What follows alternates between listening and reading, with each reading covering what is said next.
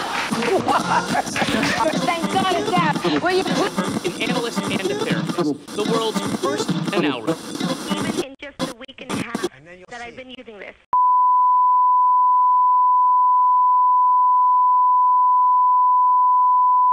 Hi, welcome to Public Access. I'm Karina Bacher, and I'm here today with Dan Deacon. First, I wanted to ask you, you're right now touring your latest project, Ultimate Reality, which you worked on with Jimmy Joe Roche. Mm-hmm.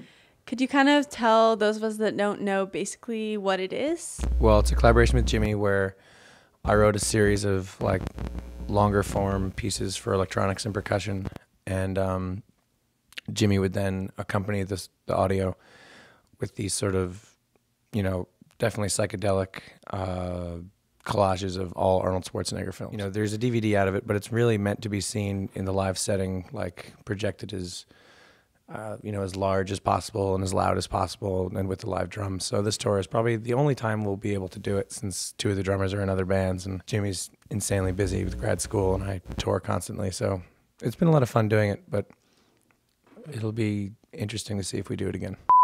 Basically, you're saying that it's kind of more designed for live performance more than just watching it at home. Is there a specific reason for that? It was definitely made for the live performance. We created the piece to perform at this festival that we have at Wham City called Wartscape. And the DVD, I think, is a nice documentation of the piece, but it was definitely, composed and made specifically for a live context. And I think that shows through to a lot of, my work and Jimmy's work, that we make it with a performance space in mind. Like, that's why most of the stuff is written very much in maximum volumes, and Jimmy's stuff is, the shots are composed in such a way so that, like, when you see it on a grand scale, it's very inundating. But the DVD is like I said, it's definitely like the same way that a CD isn't the same as seeing a live show, but it like is a representation, or like the same way that like bringing home a series of photographs from a wedding isn't like being at the wedding, but it's nice to look at beautiful wedding photos. People get married. So you just mentioned Wham City. Mm-hmm. Could you tell us what that is? Sure. It's a group of dickheads and assholes in Baltimore who like to pretend that they're adults pretending to be children. We're just an art collective that puts on shows and theater nights and comic books and other fun stuff that we enjoy doing, and to extend us in the realm of non-reality. Does that make any sense? What's the space like? Well, we got evicted in May, but we just got a new space. So currently it's a really dirty warehouse with no walls, no bathroom, and no electricity. And you live there? No. Well, not yet, but probably as soon as we put a bathroom in. We lived at the old one, but like I said, we got evicted. So back to the Ultimate Reality. You have percussion that's a couple different local Baltimore bands. What's the reason for having them play percussion and not how you usually do it, and you just do electronic drums? Well, the pieces were written in the opposite order, so the third piece was the first one composed, and I wanted to write a drone piece, but not like a drone. A lot of drone music, or I think the way most people think about drone music is very slow and drawn out. But I wanted to write a piece that was full of very, very short, rapid fire percussive hits that would happen over an elongated period of time, that would sort of like begin to just wash over, and then have like very, very like there's two 3-minute parts of blast beats in the third movement, and those pieces I wanted to be those like very, very rapid paced things that sort of like begin to wash over as a drone, and like don't plateau, but like slowly incline, rather than like a lot of my stuff, which is like rapid crescendos. This would be like a very slow moving, growing crescendo.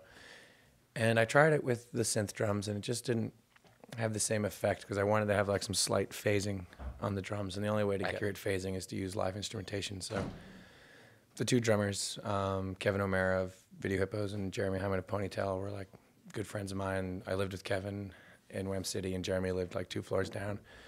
So it just seemed to be perfect. This is the first time you've had live instrumentation on your music? No, my first 2 records are full of small ensemble vocal ensemble, and some of the tracks have like a 20-person like small orchestra ensemble that's mainly what I used to do. So it's nice to start like transitioning back into composing for other people and doing less performance stuff and just focusing on composition. Do you think that this album, I guess you could call it an album or a project, Sure. has attracted a different audience than your other music? I think it's still relatively new.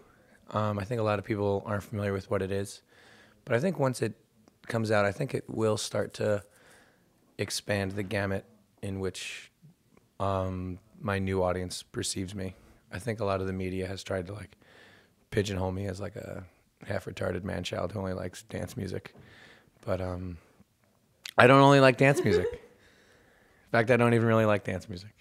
Do you like to dance? I love to dance. Have you always loved to dance? No, I guess I didn't really love to dance until I went to SUNY Purchase and realized that dancing can be a lot of fun if you don't give a shit. So who is Ed Schrader? Ed Schrader is sort of I don't know, he's like a mystery. He's a close friend of mine and has been for a while, but he's like an orange that when you peel back the rind, there's like a pear behind it. When you bite into it, just like it's full of like cashews, and the more you chew them, it just turns into like a fine, silky cream. I think he's definitely going to be one of the more powerful figures in independent art, and especially in the talk show realm by the end of, this decade. Hello. Now that we're here, I just wanted to say thanks for watching this interview until the end, and I'm sorry if you're dissatisfied, but if you are, there's a whole other world on this internet. Have you checked out the deals on Amazon or perhaps eBay Motors? Even if you're not in the market to buy a car, sometimes it's nice to see how expensive they are in different regions of the country, because you'll slowly start to realize that cars are much more expensive around the coasts, and in the middle of the country they're quite affordable sometimes, especially when you're buying a quality used, well-maintained car, and it's not really that important. All right, thank you so much for joining us today. No problem. And thank you, everyone, for tuning in. We'll see you next time on Public Access.